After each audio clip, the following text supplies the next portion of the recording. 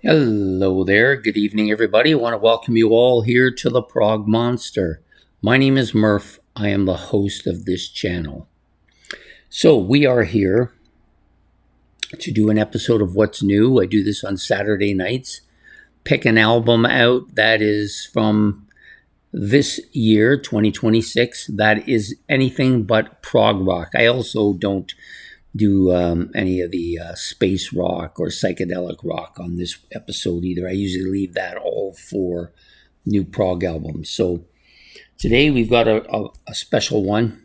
I've been waiting for this one for a while, and it has not disappointed at all. This is Deep Purple's new album, Splat, their 24th studio album, coming out on July 3rd of this year. Was recorded at several places: the Sound in Nashville, Noble Street in Toronto, Headline Music in Harston, I think that's what it is, and Chameleon in Hamburg. There was a SMB, and I'm not quite sure what that means. I tried to find some info on it, but I couldn't figure it out. Album's about a little over 50 minutes in length, so just outside my wheelhouse. But I wouldn't cut any of the songs on here. I think they're all great. In fact, there's no bad tracks on this album. It's on the Ear Music record label and produced again by Bob Ezrin. They've done this now for a while with Bob Ezrin. I don't know, it goes back to maybe the early 2010s in that area. So this features Ian Gillan on vocals, Roger Glover on bass, Ian Pace on drums, Don Airey on keyboards, and of course Simon McBride back for his second album with the band. Pretty strong album, I must say. Also, additional musicians include Keith Urban playing guitar on Diablo, and Bob Ezrin doing some backing vocals as well. So overall, this album, pretty strong album. They've had like really good run of solid albums over the last half or so of their since the mid 2010s in that area. All the albums that have come out after that have been all good, really good, or exceptionally good. This one calls into the exceptionally good. I like this a lot. I like the last album they had out too, but I think this one's better. It's the same group of guys as was on the previous one. The one before that was kind of a collection of covers, which was okay, but I always prefer them to do their own material. That's just the way I am with most bands. So you've got a total of 13 tracks, as I've said here, all of them really solid. I noticed there was one here I didn't mark down a ranking number for it, but they're all pretty solid albums. A couple tracks I like more, but overall pretty solid album. It's a much heavier album than their previous album, or in recent memory too. Heavier, more metal sounding. The guitar solos are great. I thought the keyboards were dominant on this album as well. And Ian Gillan's voice was really clear, sounded good. At times he almost pushed it a little bit to the high end too, which is not something I've heard him do for a while. Overall, thought it was really, really well done. Lots of catchy riffs, lots of guitar solos, which I like. This guy has a little bit more of that Richie Blackmore feel to his music, like his guitar style. The guy previous to this, really good too. Morris, he was good with too, but I don't think he sounded as much as this guy sounds like Richie Blackmore. I thought the drums were strong too. This whole album was pretty solid all the way through. So I'm going to break down the tunes a little bit as we go along. So the opening track is called Arrogant Boy.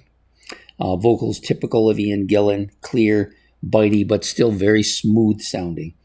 Some high-end vocal parts as well on this particular track.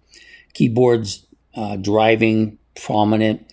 The solos for both fast and were both the solos on this by the keyboardist and the guitar player, both fast and very good.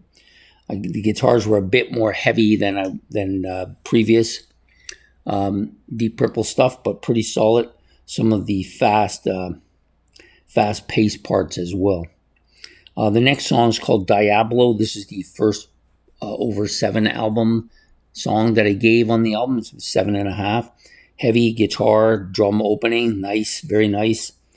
Some symphonic organ background stuff going on here, kind of filling. Vocals are strong and forward, catchy riff, lots of slow parts. Heavy, fast organ solo here, as well as a heavy, fast-paced guitar solo. A classic Purple sounding song. That's what I like about this particular track. The Rider is the next track up. This one's just under 4 minutes. Most of the stuff is between 3 and 4 minutes, like a good 80% of the stuff. A little bit of an odd keyboard sound to open.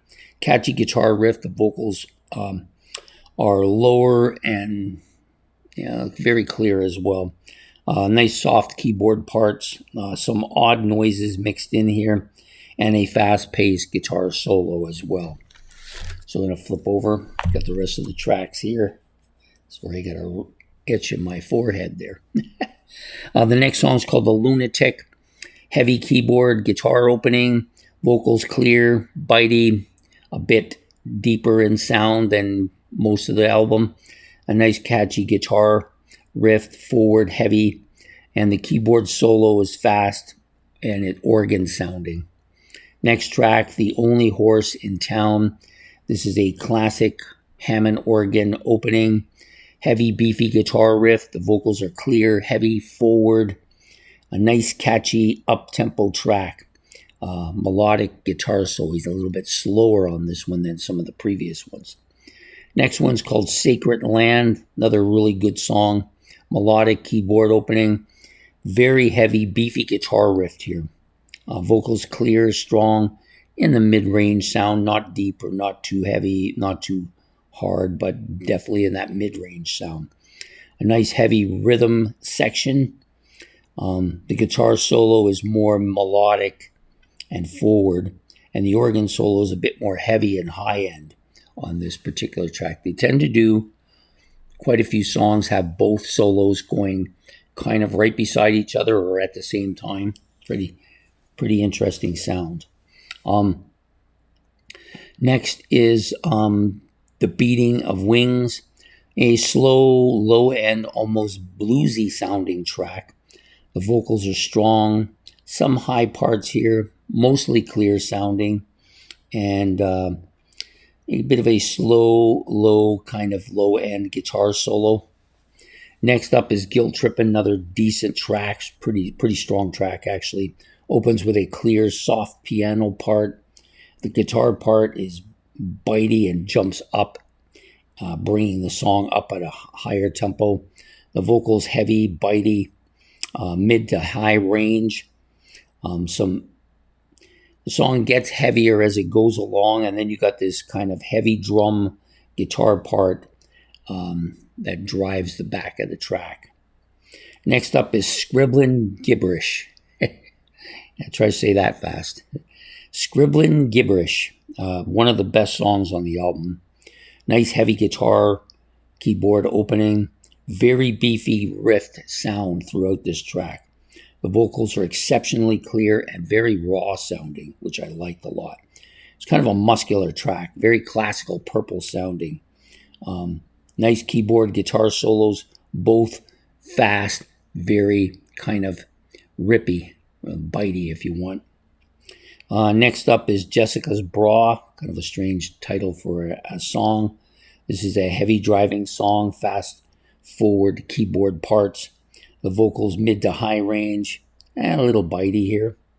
A heavy metal tapping like solo, where he's doing the tapping sound. At least that's what it sounds like anyways. Piano, heavy, forward, and very catchy as well. I'm just going to move this up slightly. Next is the third last song. This one's a little over 4 minutes. One of the tracks, there's about 4 or 5 of them over 4 minutes. This is the last one of that kind. Third Call is the name of it. Nice, really good track. Heavy, melodic Hammond organ opening. I liked it a lot. I'm not a big fan of Hammond organs either, so this is good.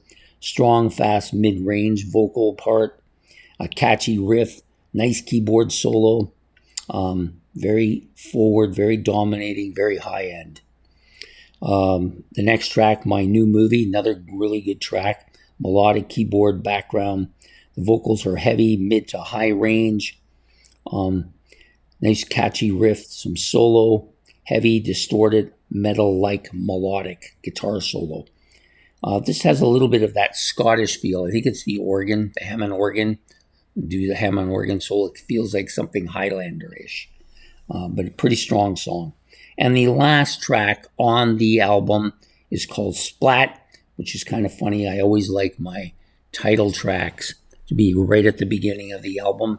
If you're going to like a song enough to name it after the album, probably should be right at the front where everybody can see it. But they've done the opposite. They've put it at the back. Sometimes actually that's better. If you're not going to put it at the top, then putting it at the back is better than just throwing it randomly in the middle of the song, the tracks in the middle of the album. This was another one of those songs I like, probably one of my 2 or 3 favorites on the album. Nice heavy drum opening with a bass. So it's kind of a heavy rhythm part here. And you've got this background synthesizers adding some kind of fill to it. The vocals are strong, forward, heavy, loud, mid to high range, really good. Catchy guitar riff. It's got this metal feel, very strong sound to it. The keyboard solo is a bit heavy, beefy, and the guitar solo is kind of really bitey and fast-paced as well. The overall rhythm section here really adds some depth to the solos as well, giving this whole song a kind of almost metal, gritty feel to it. And probably the reason why I like it the most. The song's only about just under 4 minutes in length, so it falls well within the typical sound that they put out on this album. This is a really strong album for them. There's a fair bit of return to that classic Deep Purple sound. The album is heavier than most of their recent albums as well, although I like all their recent albums as well. This one's got a little more grit to it, and I thought the guitar soloing was very Ritchie Blackmore-ish at times. Other times he's just doing his own thing, and he does it very well. So quite enjoyed this album.